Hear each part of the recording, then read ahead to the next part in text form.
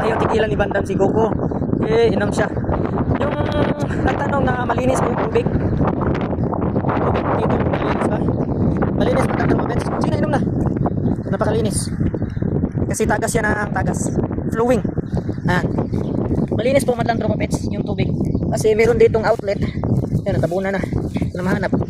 Itong outlet madlang tropa pets. Ito. Yan. Tapos sige lang yung tagas ng tagas. Kaya malinis siya. Mas maganda ganyan, presko lagi.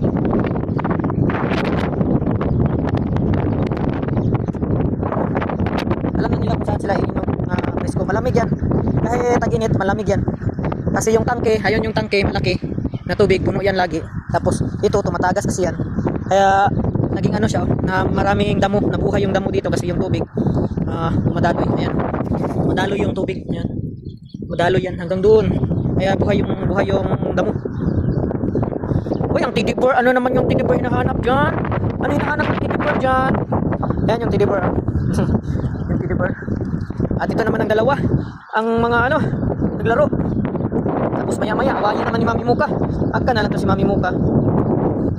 Si Mami Muka. Maya maya, awayin. Tingnan nyo. Alam nila kung saan sila iinom. Sige. Ito ang pangalawang teddy bear. Si Trunks. Ayun naman si Guten, yung isang brown. Ito si Trunks. Ay, sige, inom lang. Napakagandang kulay talaga. Ay, yung dalawa na yan, napakagandang kulay na brown. Si Mami Muka, iba yung pagka-brown niya. Ito parang sa Golden Retriever na kulay brown. Ito parang kulay Golden Retriever, si Mami Muka.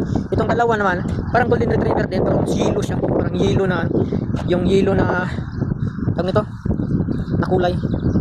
At syempre, kumakain din sila ng damo, pang ano ng tiyan nila, gamot-gamot sa tiyan, paragis. Hahay. Yan, kain.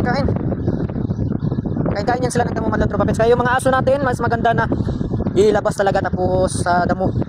Kain yun sila ng damo para yung mga tiyan nila ay magamot-gamot nila kasi marunong yan talaga silang magamot ng kanilang sarili, lalo yung tiyan. Kaya tanglad, bigyan nyo ng tanglad. At saka yung damo na parang tanglad. Wala dito eh. Yun, maganda yun sa tiyan. Yung mga aso ko na bully, malakas kumain doon sa Pilipinas. Muka! At sa Muka! Muka! Ang gwapa! Ay, ang gwapa! Dagwapa Muka! Dagwapa Muka! Nyaw, wep! Ilaro na! Ay, hindi rin nakapa... Gusto niya hawakan siya. Ay, gusto din niya hawakan siya. Sige na. May pasok na ako kasi malakas ang hangin man ng tropa pets. Mamaya na lang kami gagala.